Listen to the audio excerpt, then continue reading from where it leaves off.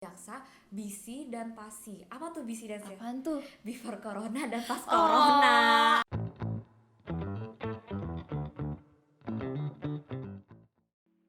Halo semua, selamat datang di Jaksa On View, tempat yang paling cocok untuk kita transfer ilmu bareng. Bersama gue Sela, FHUI 2019.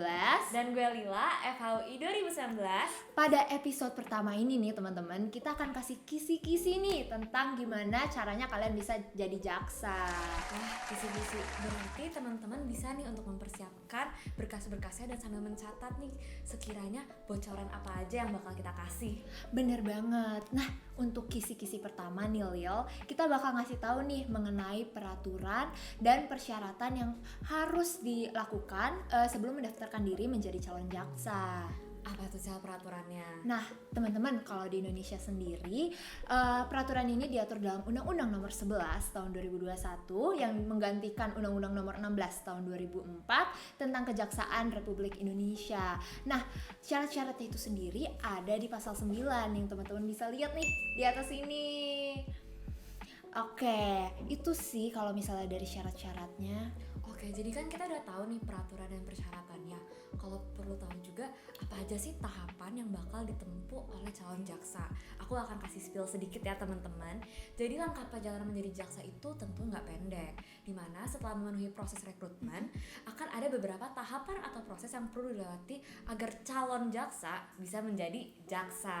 Apa aja tuh, Lil? Nah, prosesnya itu dimulai dari pendaftaran yang akan berlanjut ke tes independen dan CPNS, lalu ada masa kerja, ujian seleksi, lalu baru bisa dilantik menjadi jaksa. Oh ya teman-teman, nah kalau kalian mau jadi jaksa, itu tuh ada beberapa berkas yang harus kalian persiapkan untuk pendaftaran loh. Lil, bener banget berkasnya tuh kalau nggak salah ada 10 nggak sih? Iya, benar banget. Untuk berkas-berkasnya itu bisa kalian lihat di sini. Mantep nih teman-teman, itu dia tuh kisi-kisi yang kita kasih ke kalian, beberapa tahapan yang perlu dilakukan kalau misalnya mau jadi jaksa. Nah, tapi ada tahapan yang harus dilewatin juga nih Lil, namanya tuh ujian tertulis. Bener banget, jadi untuk menjadi jaksa itu ada ujian tertulis, namanya ujian seleksi. Nah, ujian seleksi ini tuh gak dilakukan cuma sekali loh, tapi 2 kali. Ada ujian seleksi tahap 1 dan ujian seleksi tahap 2. Dimana apabila kamu ingin mengikuti tes ujian seleksi tahap 2, kamu harus lolos di ujian seleksi tahap 1. Oh iya, terus untuk ujian seleksi tahap 1 itu terdapat 2 tes gak sih? Begitu pula ujian seleksi tahap 2 gak sih Lil?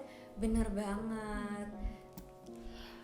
Nih, selanjutnya Cel, kita kan tadi udah nge-spill ya banyak terkait gimana cara daftar, berkas-berkasnya, tapi kita juga pengen kasih tahu ya, kita sharing nih terhadap perbedaan antara proses rekrutmen jaksa BC dan PASI. Apa tuh BC dan PASI? Apaan tuh? Before Corona dan pas Corona. Apa aja emang tuh Lil perbedaan-perbedaannya? Nah, jadi kalau kalian tahu perbedaan antara proses perekrutan jaksa di sebelum corona dan pas corona itu ada 2, ada dari segi administratif dan dari segi substantif. Dimana untuk segi administratifnya itu bisa kalian lihat di sini. Oh, terus untuk administratif itu kalau nggak salah ada KTP yang harus diubah gitu atau gimana ya Cal? Bener banget nih Lil, kalau misalnya keterangan domisili udah cukup hanya buat surat keterangan yang dibuat oleh perangkat desa aja nih Lil, jadi nggak perlu ribet-ribet lagi nih, sekarang lebih disederhanakan gitu prosesnya kalau misalnya selama pandemi ini. Bener banget. Nah, berdasarkan apa yang kita udah bahas, bisa ditarik nih beberapa kesimpulan. Mulai dari perubahan, terus ada juga tahap-tahapannya, dan juga peraturan mengenai proses perekrutan jaksa. Oke, mungkin itu aja kali ya yang kita bahas hari ini.